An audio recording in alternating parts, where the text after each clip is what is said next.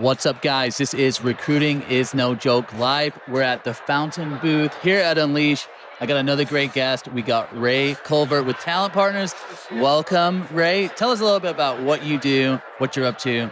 60-second pitch. Awesome. Thanks, Joel. At Talent Partners, we work with the entire talent ecosystem. Okay. Talent acquisition, talent tech, talent solutions, which is MSP, RPO, and then also staffing and recruiting. So that's what we consider the talent ecosystem. Awesome. How long have you been in the industry for? Oh my God. This is my 31st year. Amazing. I'm old. Is this first Unleash? Second Unleash. Yeah. All right. Awesome. Yeah. All right. We were talking earlier, candidate experience. Yeah. It's great, right? Everyone's getting really treated well in the candidates. They are. Yeah. Everybody's loving it. Yeah. So what are some of the major issues you're seeing? What are some of the things that some of the big problems you're seeing with clients you're consulting with? I think just a lot of it is about not following through. Okay. So, you hear the term ghosting, but if you're going to put a job out, yeah, A, make it a real job. Yeah. A. B, have the decency to get back to the candidates who apply. Yeah. Just get back to it. Even if to say no thank you, just get back to them. Because so many people you talk to, so many candidates, they're so frustrated because they need a job. They want to work and nobody's getting back to them. So, look, I do a lot of TikTok lives, Instagram lives, and that is the biggest thing we hear. And we see it on LinkedIn all the time. Curious to hear your perspective on this. I was asking people on the streets here at the link. I was asking them, would you care if you went through a phone screen and you find out it's AI interviewing you? So I'm curious to kind of get your thought on that. Is that a possible solution? Everybody gets the interview. Yeah. What are your thoughts on that? Going back to the original part of the question, as far as would I have a problem with AI being interviewed? No. I think that's kind of almost the future of staffing and recruiting. Yeah. Is maybe that initial pre-screen. Yeah. The very, very initial work goes through some type of an AI machine. Yeah. And then at that point, if they are qualified, it rolls to an actual person. So I think that's also a situation where recruiters you hear this all the time, I'm sure you do, AI is going to take my job. No, AI is going to make your job easier if you embrace it. Yeah. Because if you kind of let AI do that front end and get through the folks who aren't qualified, that's just packing your pipeline with people who are qualified. And, that's how it's helping. How do you think you score interviews like that? How would you, get 1,000 applicants, everybody gets a 30-minute phone screen. How do you begin to score? Thoughts on that? It's probably above my pay grade. It's probably something you need to answer. That is probably something I need to think about. Yeah, but I do. Obviously, you have to take any way you can take bias out of it. All of that has to be considered, and you have to take all of that out of it. Yeah. But you truly have to, I think, score it on, are they qualified for the job at hand? Yeah. And to lead up to that, you have to say, okay, Mr. and Ms. Client, have you properly qualified what it is that you're looking for? So, do you know what you're looking for enough to be able to put it into a machine like that? Another question I've been asking people a lot is AI for candidates. Yeah. You got auto-apply tools, you got resume builders, which in my mind is great for candidates. Yeah. Saves them time. But then does that just add to some of the problems you're talking about with large applicant numbers and then people just not getting back? Potentially. Because when you think about, and I've seen it, I haven't gone through the process in a very long time, but when you look at on LinkedIn where it's auto or quick apply or whatever it's called, to your point, does that make it to where it's almost too easy to apply to something when you know you're not qualified for the job? So, some of it almost has to come back onto the candidate to say, okay, this is not really a job I'm qualified for. If it tells me I need 20 years of nuclear submarine experience and I've never even been to the ocean, you know that's not a job for you. So some of it comes back to the candidate, I think. Yeah, I know. I remember this was a couple of years ago. I was recruiting for a project manager position. Yeah.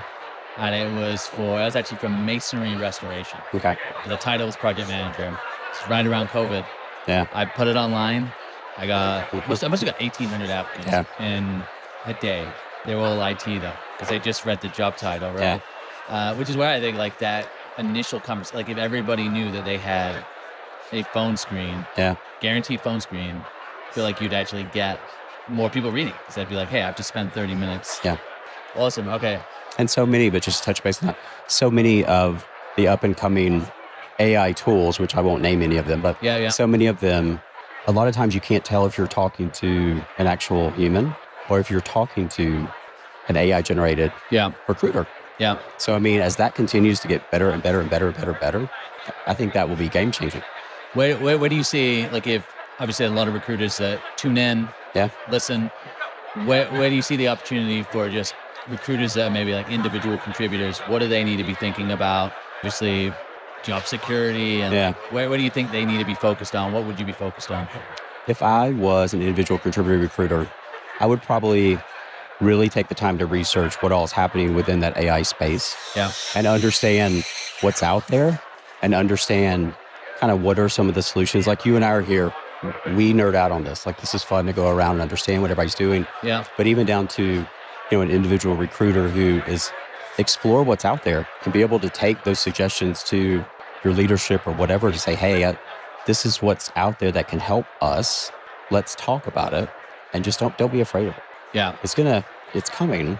Yeah. So, I mean, it's like a train. Well, we had Captain America on the promenade. I saw that. And the yellow thing. Yeah, Bumblebee. Yeah, Bumblebee. They both said AI is going to take over. Yeah.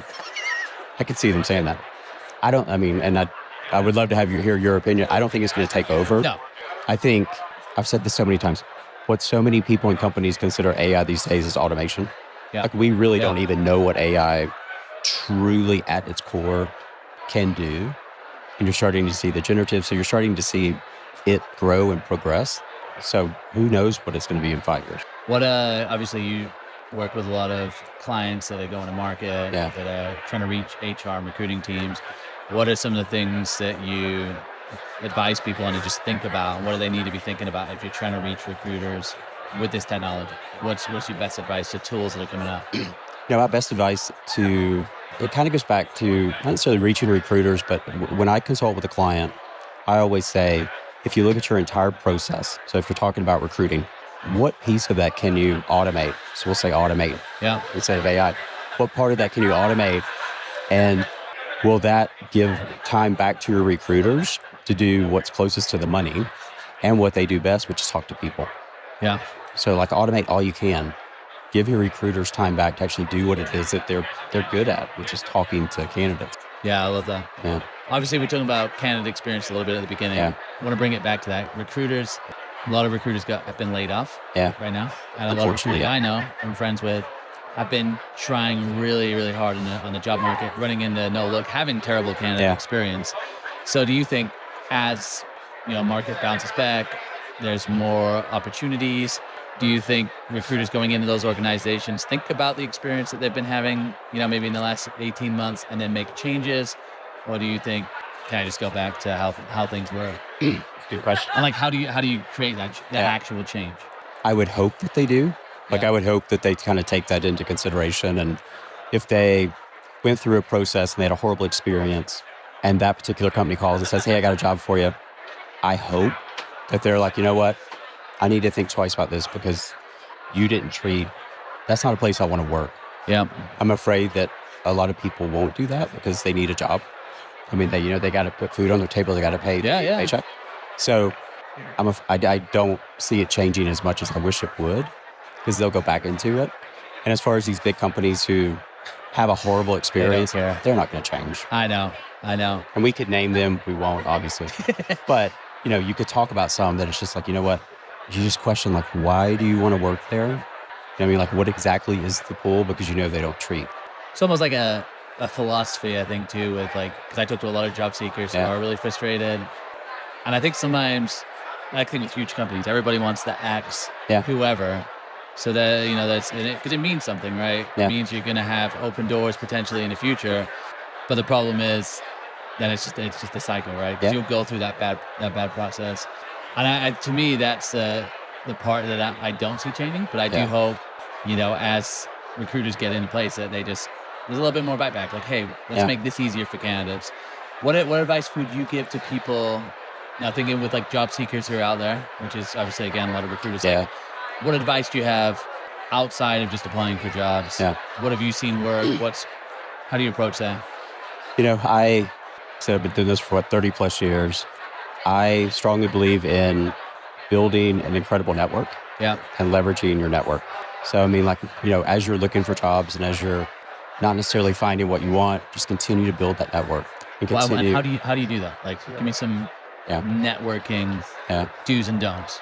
From my perspective, if I think back to when I was a recruiter, when I first started my career with Randstad, really reaching out to folks who are in similar roles or who have been in similar roles. Yeah. Reaching out to past clients of mine, reaching out to people who know me, they know my work ethic and things like that, and continuing to build relationships with them.